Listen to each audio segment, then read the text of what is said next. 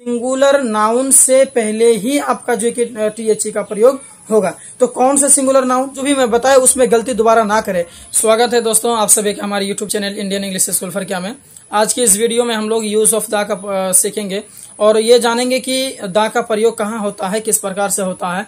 इससे पहले मेरा वीडियो बन चुका है जिसमें हमने ये सिखाया है कि टीएचई को कब दा पढ़ना है और कब दी पढ़ना है। तो अगर आपने वो वीडियो नहीं देखा है तो हमारे चैनल में जाएं और वो भी जान लें कि टीएचई को कब हम दा कहेंगे और कब दी कहेंगे। ठीक है, तो आज की इस वीडियो में हम लोग ये सीखेंगे कि यूज ऑफ दा यानी टीएचई का जो है उपयोग कहाँ होता है, किसके आगे में हम, किस नाउन के आगे में हम जो है टीएचई का प्रयोग करेंगे। लेकिन आप लोग एक बात याद रखिएगा कि उस नाउन से पहले ही हम एएन का टीएचई का प्रयोग करेंगे जहां पर एएन लगता हो, यानी सिंगुलर नाउन से पहले ही आपका जो कि टीएचई का प्रयोग होगा। तो कौन सा सिंगुलर नाउन, उसको भी आप जानेंगे पूरा डिटेल के साथ में इस वीडियो में हम सीखेंगे। तो देखिए यहाँ पर पहला नियम क्या होता है, पहला जो मैं रूल लिया हूं अपना, ये कि जब किसी नाउन से उसकी पूरी नस्ल जाति का बोध हो तो उस नाउन के साथ दा लगाते हैं। यानी जब किसी नाउन, जैसे कोई भी नाउन का मतलब क्या होता है, नाम, कोई भी नाम। तो अगर किसी एक का नाम मैंने लिया और उस नाम लेने की वजह से उसका जो पूरा जाति है उस जाति का बोध हो गया तो उस नाउन से पहले दा लग जाएगा। जैसे मैंने कहा, यहाँ पर उदाहरण लिया कि the cow is an animal, गाय एक जानवर है। तो क्या अगर मैं गाय बोलूं, काउ लफ्ज बोलूं, तो गाय का मतलब क्या, पूरी गाय।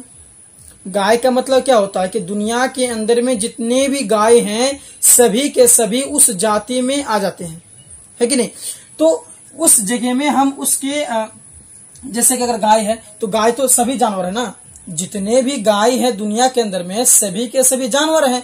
तो अगर मैं कहूं काउ इज एन एनिमल, गाय एक जानवर है, इसका मतलब है कि सभी गाय जानवर ही है, सभी के सभी गाय जानवर ही हैं। इसका मतलब है कि ये काउ लफ्ज जो है ये लेने से इसका जो है पूरी नस्ल यानी पूरी जाति का जो है हमें बोध हो जा रहा है। तो इसीलिए हम इस काउ से पहले दा का प्रयोग करेंगे। आया समझ में। यानी हम उस नाउन, अगर किसी नाउन का नाम लेने से अगर उसके पूरी जाति का बोध हो जाए, उसके पूरे खानदान का बोध हो जाए एक लफ्ज यानी नाउन लेने से, उसका नाम लेने से, तो उसके आगे में एन का दा का प्रयोग करेंगे। जैसे फिर से मैं समझा रहा हूं, the cow is an animal, गाय एक जानवर है। तो गाय एक जानवर है तो सभी के सभी गाय जानवर है ना, यानी गाय के पूरी नस्ल का बोध हो रहा है यहाँ पर कि गाय जानवर है, सभी गाय जानवर हैं। तो इसीलिए हम इस काउ से पहले दा का प्रयोग करेंगे क्योंकि इससे जो है इसका पूरी जाति का ही बोध हो रहा है। उम्मीद है आपको समझ में आ रहा होगा। ठीक है, अब यहाँ पर दूसरा एग्जांपल मैंने लिया है, the lion is a wild animal, the lion is a wild animal, यानी शेर एक जंगली जानवर है। तो ये सभी जानते हैं कि शेर जो होते हैं ना वो जंगली ही जानवर होते हैं, शेर वो जंगली ही जानवर होते हैं। तो जैसे अगर मैंने शेर का नाम लिया और यहाँ समझ में आ रहा है कि शेर जंगली जानवर है, इसका मतलब है कि सभी के सभी शेर जंगली जानवर हैं। ठीक है, सभी के सभी शेर जंगली जानवर हैं।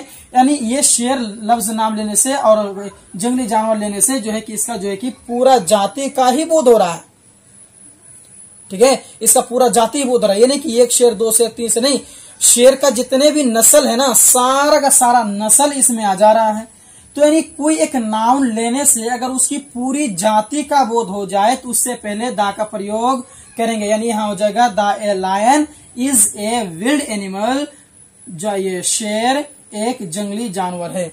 उम्मीद है आपको एक नंबर का जो मेरा रूल है मैं जो लगाया उसमें वो आपको समझ में आ गया होगा। ठीक है, तो फिर से मैं खुलासा कर दे रहा हूं, दा का प्रयोग करेंगे कहां पर, जब किसी नाउन से उसकी पूरी नस्ल जाति का बोध हो तो उस नाउन के साथ में दा लगाते हैं। जैसे यहाँ पर मैं एग्जाम्पल से आपको मैं समझाया। ठीक है, आइए हम लोग 2 नंबर में, मेरा यहाँ पर लिया हूं मैं 2 नंबर रूल क्या कह रहा है कि जब किसी नाउन की बात पहले हो चुकी हो तो दूसरी बार उस नाउन का बात करने के लिए दा लगाते हैं। जैसे अगर मैंने किसी एक नाउन, कोई एक ऐसा नाउन है जिसके बारे में मैंने पहले बात कर लिया, ठीक है, अब फिर बाद में उसके बारे में फिर अगर मैं बात करना चाहूं तो उसके पहले हमको दा लगाना होगा। जैसे एक बार मैंने कह दिया या एक बार आपने कहा कि यहाँ पर मैं रॉन्ग हो गया।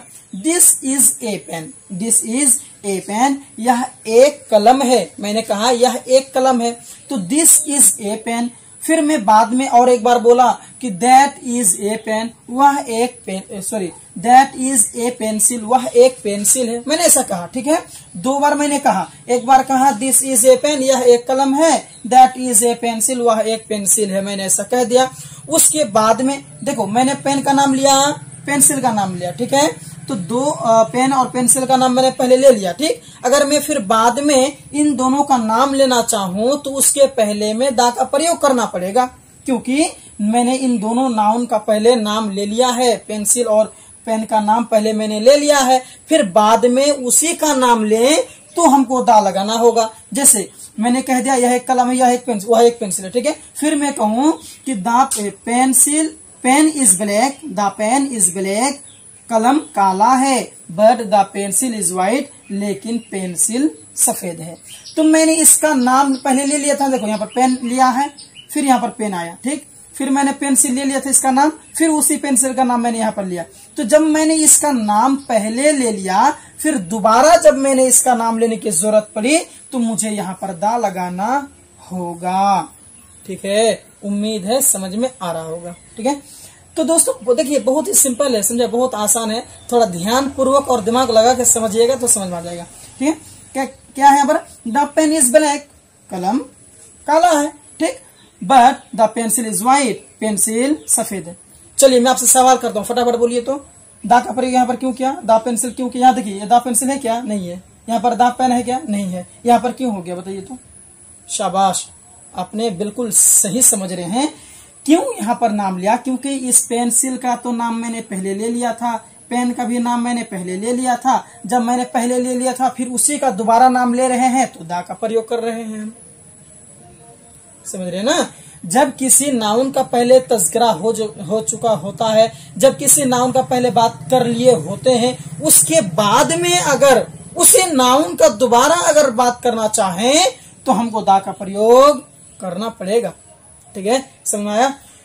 तो आइए हम तीसरा नियम भी समझ लेते हैं। तीसरा हमारा रूल है, ऐतिहासिक इमारतों के नाम से पहले, यानी जो ऐतिहासिक इमारत हैं उनके नाम से पहले आपको दा का प्रयोग करना पड़ेगा। जैसे ताजमहल क्या है, एक ऐतिहासिक इमारत है वो, ठीक है। उसको जो है कि ताजमहल को लोग शहरों और देश विदेश से लोग आते हैं और देखते हैं, यानी वो एक ऐतिहासिक जो है कि इमारत है। तो जो ऐतिहासिक इमारत है उससे पहले आपको दा लगाना पड़ेगा। जैसे कि ताजमहल है हो गया, लाल किला हो गया, गेटवे ऑफ इंडिया हो गया, तो ये सब जो है कि ऐतिहासिक इमारत है, तो इससे पहले आपको दा का प्रयोग करना पड़ेगा, ठीक है। तो देखिए यहाँ पर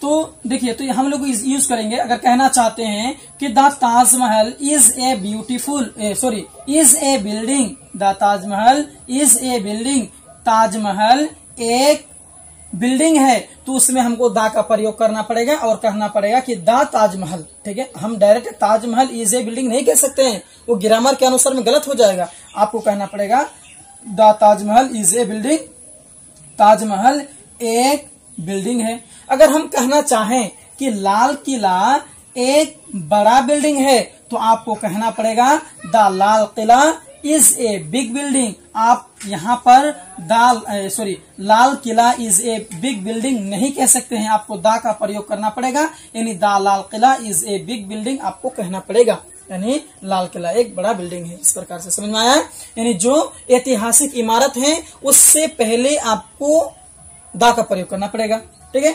चौथा रूल आता है कि महान पुस्तकों के नाम से पहले, महान पुस्तक यानी जो बड़े बड़े पुस्तक, जो महान पुस्तक है, जो बड़े पुस्तक है, जिसका लोग जो है कि पालन करते हैं, जिसका निर्देश का पालन करते हैं, तो उन किताबों से पहले आपको जो है कि दा का प्रयोग करना पड़ेगा। यानी अगर रामायण कहना चाहते हैं, इंग्लिश में अगर रामायण कहना चाहते हैं, तो अगर आप रामायण कहिएगा तो ग्रामर के अनुसार गलत हो जाएगा।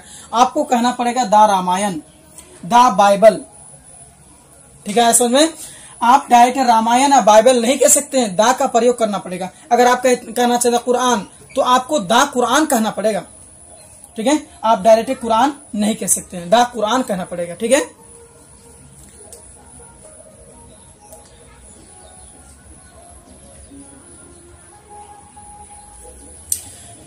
उसके बाद में पांचवा जो है कि हमारा जो है कि 5वें नंबर में आता है कि आकाशीय पिंडों के नाम से पहले, आकाशीय पिंडों के नाम से पहले, यानी अगर हम बोलना चाहते हैं धरती, तो उससे इंग्लिश क्या होता है, अर्थ होता है। तो हम अर्थ नहीं कह सकते हैं, अंग्रेजी में हमको कहना होगा द अर्थ। ठीक है, द अर्थ कहना है, द सन कहना है। ठीक है, इस प्रकार से आपको कहना होगा। आप यहाँ पर अर्थ का प्रयोग नहीं कर सकते, ऐसे नहीं कह सकते अर्थ, आपको कहना होगा द अर्थ, आपको कहना है द सन। ठीक है, क्योंकि ये आकाशीय पिंडों के नाम में आता है ये। ठीक है, उसके बाद में जैसे कि अगर मून कहना चाहते हैं, चांद, तो आपको मून डायरेक्ट अगर कहते हैं ग्रामर के अनुसार मून कहते हैं तो वो गलत हो जाएगा, आपको कहना पड़ेगा द मून। ओके, ठीक है। अब हमारा 6 नंबर में हम लोग का आता है कि समाचार पत्रों से पहले, समाचार पत्रों से पहले, यानी अगर हम कहना चाहे किसी समाचार पत्र का नाम लेना चाहते हैं, जैसे कि टाइम्स ऑफ इंडिया कहना चाहे, तो हमको कहना होगा द टाइम्स ऑफ इंडिया।